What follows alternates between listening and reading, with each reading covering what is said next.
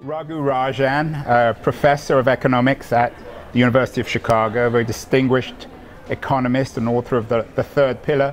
Raghu, let's start with an easy question. What is capitalism? I think fundamentally capitalism is about free and competitive markets. Everything else is built around it, and there's a lot that has to be built. It's not just about those free and competitive markets, but the essential is that. You've just done a panel at the Economist event in Union Station in Chicago about fixing capitalism. Yes. Does capitalism, though, need to be fixed? Is it sick? It does.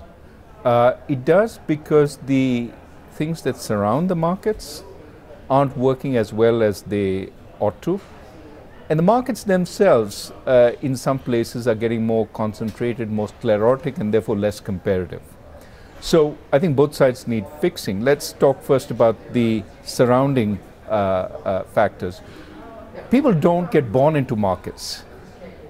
They grow up, get skills, and then enter the market, whether it's the labor market for jobs, or the financial market where they trade, or the goods market where they produce and sell. So what's happening is, with technological change, the requirements of people entering the market are increasing. And unfortunately, our ability to support them, to get those good jobs which the market throws up, is diminishing. And so what we have across the industrial world is a disappearance of good jobs in the middle, the routine jobs which are being displaced by automation or by outsourcing. We've got a lot more jobs at the lower end which don't require much skills, which is why we have low unemployment. But most people want jobs at the upper end, which requires substantially more skills than the average has. That skilling process is not available to all today. And that's why capitalism is now an uneven playing field. Is then the problem that you're observing, is it a problem of efficiency or injustice? Or inefficiency or injustice? It's both, because it's inefficient because there's so many talented people who don't get a chance because they haven't had a good early childhood, they've been born to the wrong family, in the wrong community, and gone to the wrong school. And as a result, that talent is wasted. So that's the inefficiency problem. If they had that chance, perhaps we would have a much more vibrant society. In the panel that you were just on at the Economist event, you suggested that there was an incompatibility between capitalism and socialism. Yeah. Are those two concepts incompatible? Well, I would say more between democracy and socialism. And the reason is, what capitalism thrives on is economic competition. What democracy thrives on is political competition. And usually these feed on each other. I say usually because there are circumstances where democracy turns against capitalism. For example, the current, where it's not providing enough opportunity to all. But with socialism, in fact, the ideal socialism, both the economic side as well as the political side tend to be monopolized.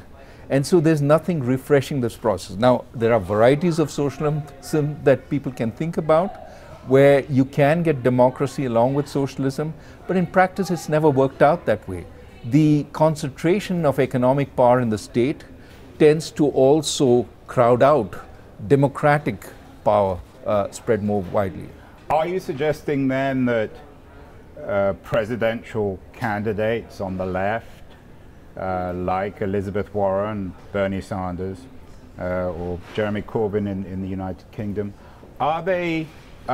is their ideology, their manifestos, are they by definition against capitalism, even if somebody like Warren claims that she's in favor of capitalism?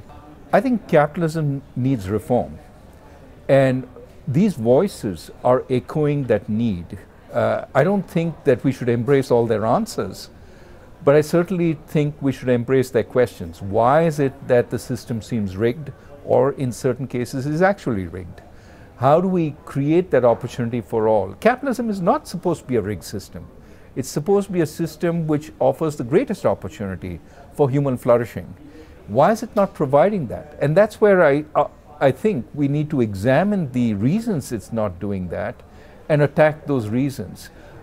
I don't think closing down markets is going to help us in achieving that. Making markets more open is going to be the answer. And sometimes that means dealing with overly concentrated markets, too much dominance by a few companies. Those are things that need to be dealt with. But we also need to give people more of a chance to succeed. And that's the broadening of opportunity. What do you make of the generational shift in perceptions about socialism? It certainly seems as if the younger generation is much more sympathetic and open to the idea of socialism. You even have this phrase now, millennial socialism. Is there something cultural or economic about this shift amongst younger people to rethinking the idea of socialism? I think it's that they haven't experienced the history that some of us who are older have experienced. I went through a socialist India, and I know what the consequences were, both authoritarianism as well as shortages of everyday commodities, including milk, which we had to buy in a ration shop. So the problem, to some extent, is people have forgotten the lessons of the past. And if you put socialism and democracy as part of a menu, I want more socialism, I want more democracy, check off all the boxes, it's wonderful. Who would not want a society in which everybody is, is broadly equal, where we all have the right to express ourselves, there are no giant faceless corporations that we have to deal with? I mean, that sounds perfect. The problem is, it's not a menu.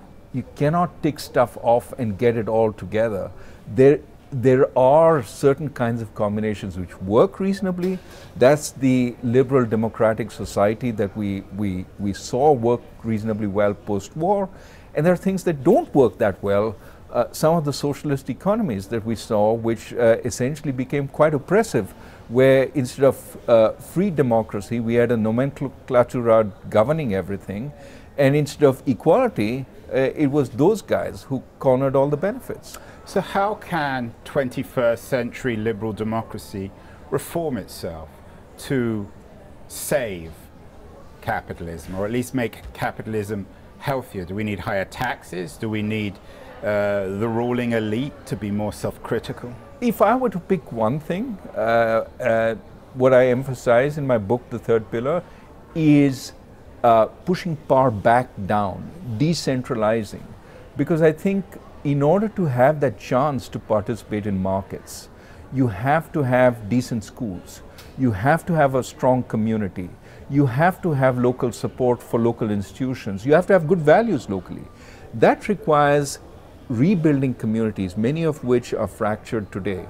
And that requires, to begin with, more local power, more local funding, so that they can start that process. It's not easy.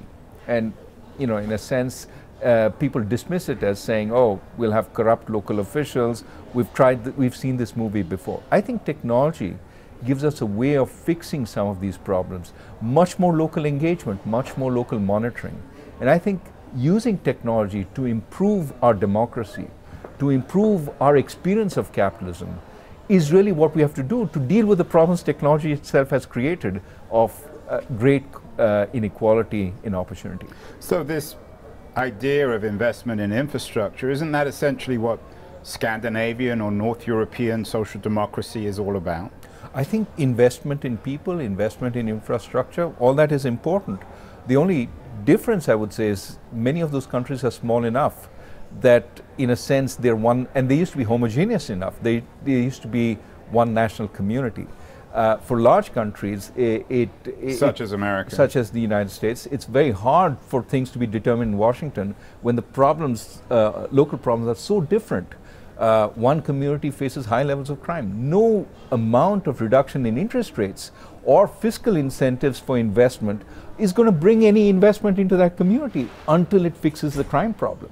And the crime problem can only be fixed locally by figuring out what needs to be done. Of course, resources help. Of course, support from the outside helps. But it's a bottom-up process of dealing with it. And that's why I say many of our problems are problems of development. We've seen in the development of countries, it doesn't happen from the outside. It is bottom-up from the inside. We're in Chicago, the middle of America. You're a professor at Chicago University. Is America ready to reform capitalism in the menu that you're providing of a profound reinvestment in infrastructure and a rethinking of social justice? Well, I think it's happening. That's the beauty of democracy, right? Where's it? Where's the evidence? Well, it's happening in the dialogue. So first you have the democratic dialogue. We have all these challenges from the left. We have some so far no challenges from the right. But certainly President Trump's election was a way of asking the question: what has happened to us? Why are we being left behind? A question raised by the majority community, and now you're seeing, a response. And my sense is that whatever the new administration is, you will see some change in the approach. This is the way democracies sort of work, and I think it's a healthy part of the reaction. Do I think they have the right answers? Obviously, I will differ in where they place the emphasis, but I think it's a process. Are capitalists rethinking or willing to rethink capitalism? Well, I think there is a recognition, there is deep malaise elsewhere, and that capitalism cannot flourish if in fact there is this continuing malaise. You can see it, you can see some of the responses, for example, in the giving pledge that some of these billionaires have put together, the pledge to give away half their wealth. Now, is that enough, etc.? One could debate that, but at least people are recognizing that if they don't do something for the people falling behind, it is morally unjust, but it may also be in the self-interest of people to do something there. But you're seeing a lot more thought being given to philanthropic giving. How do we make it count? Whether it's in Warren Buffett giving to the Gates Foundation or the Gates Foundation itself, trying to make change in the rest of the world. I think people, the rich, are getting a sense that they need to make a contribution. Now, again, one could debate precisely where and how, but certainly that feeling is changing. Are the captains of capitalism, captains of industry, do you think they're open to more radical reform than just giving some of their money away? Reforms such as workers' ownership of capital and of significantly higher taxation? Well, the question that they would ask is, is this going to make things better, right? And obviously, better for who, though? Isn't exactly. That a key question? They come from their own interests. I think what we need to do if you ask me what ought to be done, while preserving some of the benefits of competitive system, some alterations in structures or some competition between structures may not be entirely bad. So allow for the possibility of worker-owned corporations. Don't kill the shareholder-owned corporation, but allow for more diversity. Some of these what we call work sharing, the Uber kind of enterprises, may be better run as worker-managed corporations. Maybe, I don't know. So let's allow for the possibility of a variety of structures and allow more competition between structures. So I think this is an environment where we should explore alternative possibilities, but not shut out something and say, no, we're not going to have this. Well, you brought up the peer-to-peer economy. Let's end on a cheerful note. I know you're cautiously optimistic about the future because of new technology, particularly AI, and the way in which smart machines can revolutionize capitalism. Why are you so cheerful? Many people believe that AI will actually create more inequality and trigger a major crisis of capitalism. I think so long as society adapts to what AI throws out, I think we're not in serious danger. The problem is when you resist that adaptation. So let me just explain. Everybody has a fear of a world where robots do everything. Now, that's not a terrible situation. Including being economists? Including being economists. That's not a terrible situation because we can all read Greek plays or watch the latest version of the Marvel superhero movies, we can have a lot of leisure. Why do we resist leisure? Because we fear all those robots will be owned by one guy who'll make all the money and none of us will have any money. Well, that's an untenable world, partly because who's he going to sell all that stuff to? So the reality is that as the technology changes and changes in a sense the apportionment of income, society reacts and will react in such a way that it will be more equitable. We're not all going to sit by idly and see all the income go to one guy. So we will have that. But I think the point is that we need to make societal change in such a way that we don't crowd out incentives either for the innovator who's going to bring all this stuff in, or for the worker who needs to work, at least for the foreseeable future. We need a more equitable society. We will have that more equitable society so long as we have our democracy, so long as we have markets flourishing. And I think we need to make sure both are at work. You're sounding like Marx. You know your Marx better than I do, who promised in the 19th century that industrial technology would free us up and allow us to read poetry on the beach all day. That didn't happen in the industrial world. Why will it happen in the digital world, where you have more and more inequality and larger corporations controlling more and more of the technology? Well, first, this is also what Keynes forecast, essentially for our time, in the early 1930s, with his economic prospects for our grandchildren. It hasn't happened, and Keynes was also wrong about this. One of the reasons it hasn't happened is because our wants have grown much more. They were thinking about the wants of the worker at that time and believed it would be completely satisfied by economic growth. It has, but our wants have also grown significantly more. We want larger houses, we want a car, we want all the digital entertainment we can have, but our lives have also improved. Compare the lives of the average person today with the life of a person in Marx's time or a person in Keynes's time. It is significantly better. So there has been improvement. Are we in that nirvana in which we can all sit on the beach and contemplate philosophy? No. But we are much further along that path than we were then, and we're not significantly more oppressed, in fact less oppressed for the most part than we were then. So I think we should believe in human progress, but make sure the conditions for further progress, that is a democratic society and vibrant markets, continue to be with us going forward so that we can actually embrace technology as it emerges. We do, as you say, want more and more things, and of course one of the things we want is a fix not only to capitalism but to global warming. Can, and this is my final question, can global warming or the challenges of the environment, can that help solve capitalism, or does that add to the complexity of the crisis of capitalism? Well, almost surely it needs to be fixed. Global warming needs to be arrested, if not in my lifetime, at least in my daughter's lifetime. But we need to start now. The idea that somehow we'll find a magical technological fix may be true, but we can't risk the world on it. So we got to start. And certainly one of the problems in the world today is aging populations and a slowing of demand that we don't quite know is only because of aging populations, but seems to be correlated. How do we create new demand? Well, why not solve one of the major problems that we face, which is global warming? So green investment, I think, is going to be an answer to some of our problems of both demand as well as jobs.